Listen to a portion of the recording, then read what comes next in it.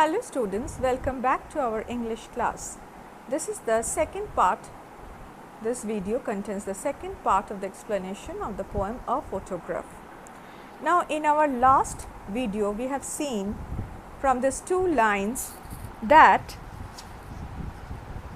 the force means these two lines are focusing on the unstoppable changes that time forces on the lives of humans and objects. Now this is this force of time to change everything, to remove everything, to remove the existence and the impression of everything from this earth is terrible and unstoppable, inevitable. So let's move to the next line. Some 20-30 years later, she had laughed at the snapshot. See Betty and Dolly, she'd say, and look how they are dressed us for the beach. The sea holiday was her past, mine is her laughter. Both ride with the liberties of loss. So the time has passed, the time has changed, right? A 12-year-old girl is no more a 12-year-old girl now. Now the poet's mother is a big girl. From a big girl to she has turned to a lady. We do not see that 12-year-old girl frolicking in the sea beach with her two younger cousins anymore. We are not seeing that. Some 20-30 years have passed by, right? And that's how we find that the sea hardly has changed, but the years have gone by. And now in this phase, after 20-30 years later means after the click was been taken, after the snapshot has been clicked of that sea beach holiday, the poet's mother recollects looking at that photograph, that how she was looking funny with the kind of dress. She was looking at the photograph actually very fondly, students. She was very fondly looking at the photograph because it's the memory of her childhood days. So she is finding it very amusing. And the poetess is now born. She got married some 20-30 years later. As I told you, she is no more a girl. She has turned to a woman. She got married.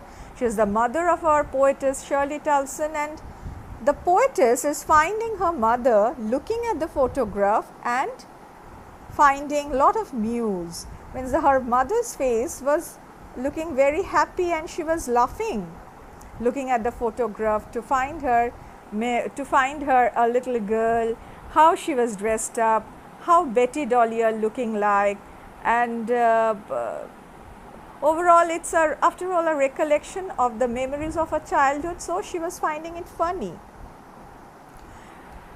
So over here it's been said that some 20-30 years later she had laughed at the snapshot, looking at that photograph. She is saying, see Betty and Dolly, she would say, and look how they dressed us for the beach. The sea holiday was her past. So that snapshot is her past. Past means the recollection of her childhood memories. And what is the past of the Shirley Tulson? Shirley Tulson's past is her mother's laughter. Why, students? Because the poetess mother has now long departed from earth after living her span of life. After living her span of life, the poetess mother has departed from this earth, and the poet with a heavy heart is remembering her mother, how she used to laugh looking at that same photograph of her childhood days. Lot of memories used to come up to her mother's mind looking at that photograph of her childhood days, and that particular time. She used to laugh looking at that photograph, and that was a memory for, that was a past now for Shirley Tulson. That time Shirley Tulson saw her mother looking at her childhood memories, childhood days memories through that photograph, and how she used to laugh has become Shirley Tulson's past because her mother is alive no more, right? She has now long departed from earth after leaving her span of life. So, the photograph, that same photograph is the past of two different people at two different stages of life. The photograph was her past. Here the her means poetess mother's past, and mine is her laughter. Who is this mine? Shirley Tulson. Shirley Tulson's past is the laughter of her mother when she used to laugh looking at that snapshot. Both rye with the labored ease of loss. Both are now lost. Both are now lost. Like the past, the childhood of her mother is lost, and the laughter of her mother when she was looking at the photograph and remembering her past, her childhood days, is the loss for the poet Shirley Tulson. So, she was missing her mother terribly, students. She was missing her mother terribly.